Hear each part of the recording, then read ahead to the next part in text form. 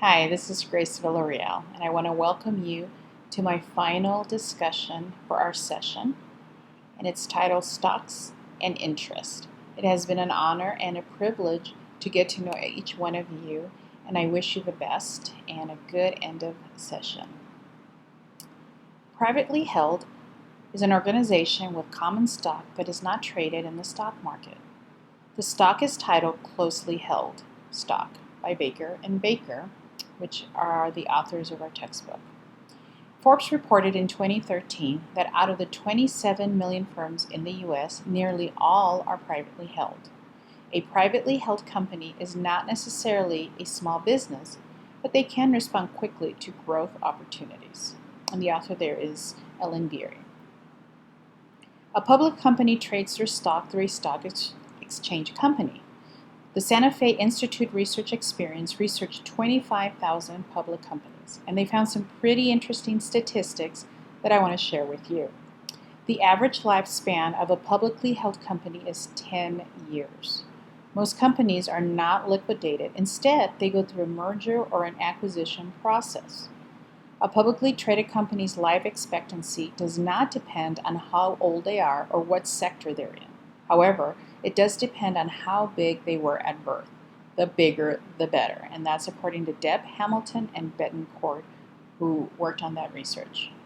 The government agency that oversees the stock market is U.S. Securities and Exchange Commission, or the SEC. The mission of the SEC is to protect, maintain fair, orderly, and efficient markets and facilitate capital formation. And that's according to Baker & Baker.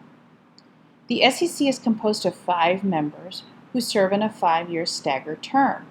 The SEC must be bipartisan. No more than 3 commissioners may be from the same political party. And I found that through an author called, last name Schmitz, and that's from the Legal Environment and Business Law textbook. So the SEC's work is important because the agency investigates violations related to the manipulation of market prices, fraud, and other unfair dealings by brokers and dealers. The SEC does not govern whether the risk is worth taking. Okay, they don't tell us whether it's a good investment or not. However, they just oversee the stocks and securities. Basically, it is up to the public or investors to determine if it's a worthy stock. If all necessary information is disclosed about the stock, it will be permitted to be exchanged or purchased. The SEC has the power to enforce security laws through the Securities Act of 1933 and the Securities Exchange Act of 1934. And that was from the author Schmitz. Interest expense is the amount that is charged on a loan at a certain rate. Investopedia stated, interest expense is a non-operating expense shown on the income statement. It represents interest payable on any type of borrowings, bonds, loans, convertible debt, or lines of credit. It is basically calculated as the interest rate times the outstanding principal amount of the debt. Interest expense on the income statement represents interest accrued during the period covered by the financial statements, and not the amount of interest actually paid over that period. And that's Investopedia as well. Loan costs are the costs that are essential to closing a business loan.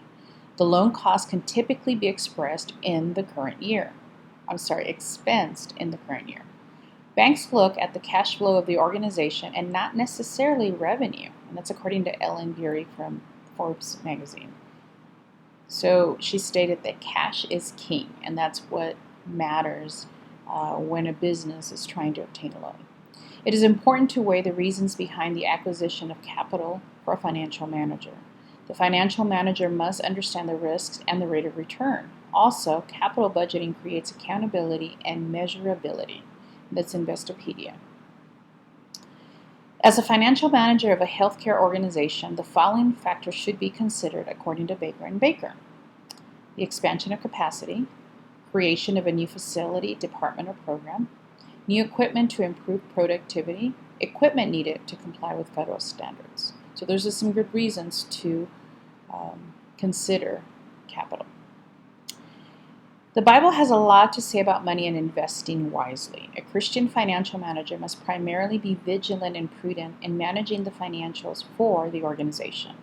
The manager is not only accountable to the company, but also to God.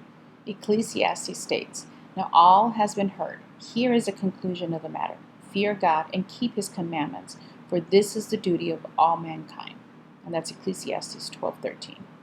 Seeking counsel and advice from others can lead to making good financial decisions. Proverbs tells us, "Plans fail for lack of counsel, but with many advisors they succeed." And that's Proverbs 15:22. God's word is full of excellent advice. Well, thank you for taking the time to watch this presentation, and I look forward to watching yours as well. Have a good day.